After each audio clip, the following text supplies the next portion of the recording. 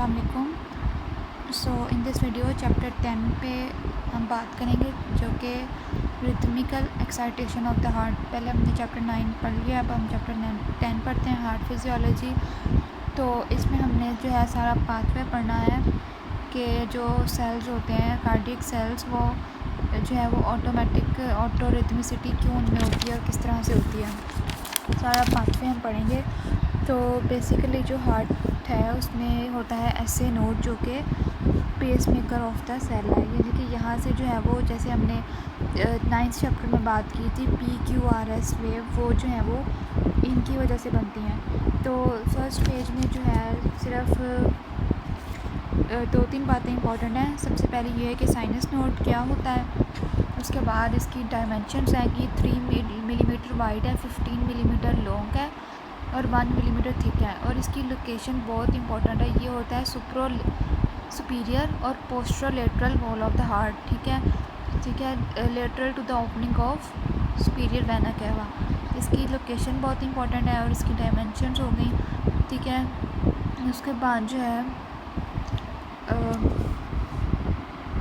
इसका जो sinus node का जो एक्शन पोटेंशियल है, रेस्टिंग मेम्ब्रेन पोटेंशियल, वो है -55 से -60 मिलीवोल्ट, जबकि वेंट्रिकल्स का जिसका पूरा हमने मैकेनिज़्म स्टडी किया 9th चैप्टर में, वो -85 से -90 वोल्ट है। और इसकी वजह क्यों होती है कि ये कम क्यों है और इसका फ़ायदा क्या है, वो हम नेक्स्ट देखते हैं।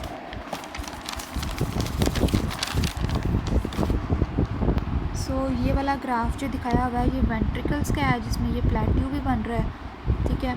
और ये वाला जो ग्राफ है ये एसए नोड के एक्शन पोटेंशियल का है। और अब ये डिफरेंट क्यों है, इसमें प्लेट्यू क्यों नहीं बनता, इसमें कौन से आयन से रिस्पॉन्सिबल है, वो सारा कुछ हम देखते हैं। तो सबसे पहले यहाँ पे इसका जो रेस्टिंग मेम्ब्रेन पोटेंशियल है वो -55 है, ठीक है। तो -55 और -40 जो है इसका थ्रेशोल्ड है। जो हमारे पास ऐसे नोड के सेल्स हैं उसमें एक स्पेशल किस्म के जो चैनल्स होते हैं उसको हम कहते हैं लीकी सोडियम चैनल्स या फिर लीकी सोडियम कैल्शियम चैनल्स, ठीक है। तो उससे क्या होता है कि वो लीकी होते हैं, मतलब कि वो हर टाइम परमिएबल होते हैं सोडियम और कैल्शियम के लिए।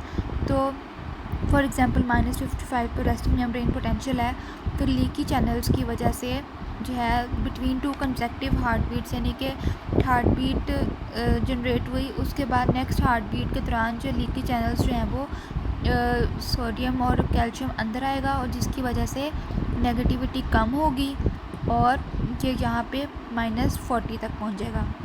फिर -40 पे जो कैल्शियम चैनल्स वोल्टेज गेटेड हैं -40 पे वो ओपन हो जाएंगे, जिसकी वजह से डीपोलराइजेशन होगी। देन क्या होगा, डीपोलराइजेशन के बाद जो है 100 से 150 मिली सेकेंड्स के लिए कैल्शियम चैनल्स ओपन होंगे।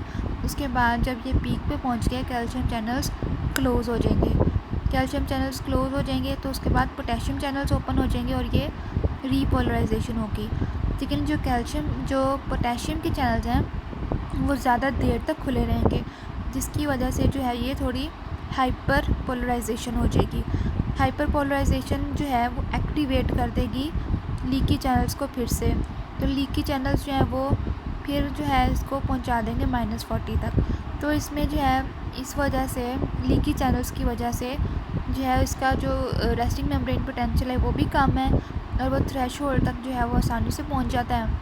और फिर थ्रेशोल्ड पर कैल्शियम चैनल्स जो हैं वो ओपन हो जाते हैं, स्पाइक ऑफ द डीपोलराइजेशन, फिर पोटेशियम चैनल्स के ओपन होने से रीपोलराइजेशन, फिर हाइपर रीपोलराइजेशन हो जाती है। फिर उसके बाद फिर लीकी चैनल्स की वजह से जो है वो थ्रेशोल्ड तक, और फिर वो सारा कुछ ये रिपीट होता है।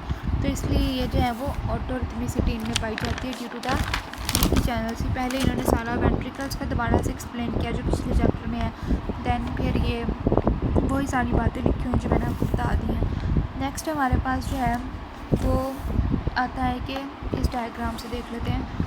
ये हार्ट दिखाया हुआ है, ये इसमें ऐसे नोड है, देखिए सुपीरियर वेना क्या हुआ है पोस्टीरियर लेटरल सुपीरियर पोस्टरोलेटरल कंपार्टमेंट में, ठीक है।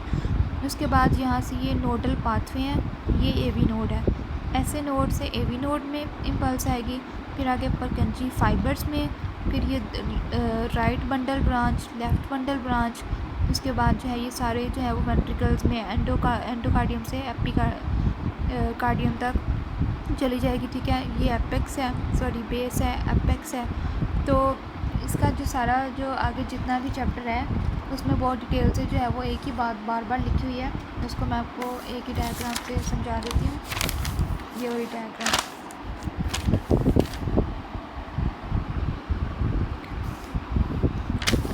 इस डायग्राम में देखें अगर ऐसे नोड, एवी नोड, ऐसे नोड से ये तीनों बंडल्स के थ्रू एवी नोड में आता है और एक बंडल ब्रांच जाती है लेफ़्ट एट्रियम में। ये हमारे पास राइट एट्रियम में ऐसे नोड पड़ा हुआ है। तो इसमें लगते हैं 0.3 सेकेंड्स, ठीक है। उसके बाद क्या होता है कि जो एट्रियम है उसमें थोड़ी देर डिले आता है। डिले क्यों आता है और इसकी सिग्निफिकेंस क्या है, ये क्वेश्चन जो है वो पूछा जाता है। यहाँ पे ये तीनों नोडल पाथवे हैं, ये एवी नोड है, फिर पेनिट्रेटिंग एवी बंडल है, उसके बाद जो है वो बंडल ब्रांचेस निकल रही हैं। तो यहाँ पे 0.09 सेकंड का डिले आता है। उसके बाद पेनिट्रेटिंग पोर्शन में 0.04 सेकंड्स का डिले आता है। तो टोटल डिले यहाँ पे 0.13 सेकंड्स का बन जाता है। और अगर इसको इंक्लूड करें तो हम कह सकते हैं कि ऐसे नोड से एवी नोड तक और आगे बंडल्स में जाने के लिए 0.16 सेकंड्स लगते हैं, ठीक है। तो ये डिले इसलिए आता है क्योंकि यहाँ पे जो एवी नोडल वाला पोर्शन है यहाँ पे गैप जंक्शंस कम होते हैं और यहाँ पे सेल्स का साइज़ कम होता है और इसका आरएमपी जो है वो लेस नेगेटिव होता है, ठीक है। एक ये डिले कितना होता है, क्यों होता है और इसकी सिग्निफिकेंस। तो सिग्निफिकेंस इसकी ये है कि जो एट्रियाज है वो कंट्रैक्ट करें, वेंट्रिकल्स उतनी देर में फिल हों, तो ताकि पहले एट्रियाज कॉन्ट्रैक्ट करें बाद में वेंट्रिकल्स कॉन्ट्रैक्ट करें। अगर वो एक साथ ही कॉन्ट्रैक्ट करेंगे तो जो ब्लड पम्प सही तरह से नहीं होगा, क्योंकि वेंट्रिकल्स में ब्लड फिल होगा जब एट्रियाज कॉन्ट्रैक्ट करेंगे, जब उसके बाद फिल हो जाएगा तो वेंट्रिकल्स कॉन्ट्रैक्ट करेंगे तो कार्डियक आउटपुट जो है वो मिलेगा हमें। नेक्स्ट जो है वो यहाँ तक हम पहुँच गए हैं ना। तो उसके बाद परकंजी फाइबर्स में यहाँ पे जो स्पीड होती है ना वो 0.3 से 0.5 मीटर पर सेकंड होती है। फिर आगे परकंजी फाइबर्स में स्पीड 4 मीटर पर सेकंड तक हो जाती है, यानी कि बहुत फासले ये यहाँ और यहाँ पहुँचता है। इस सारे प्रोसेस में 0.3 सेकंड 0.03 सेकंड्स लगते हैं।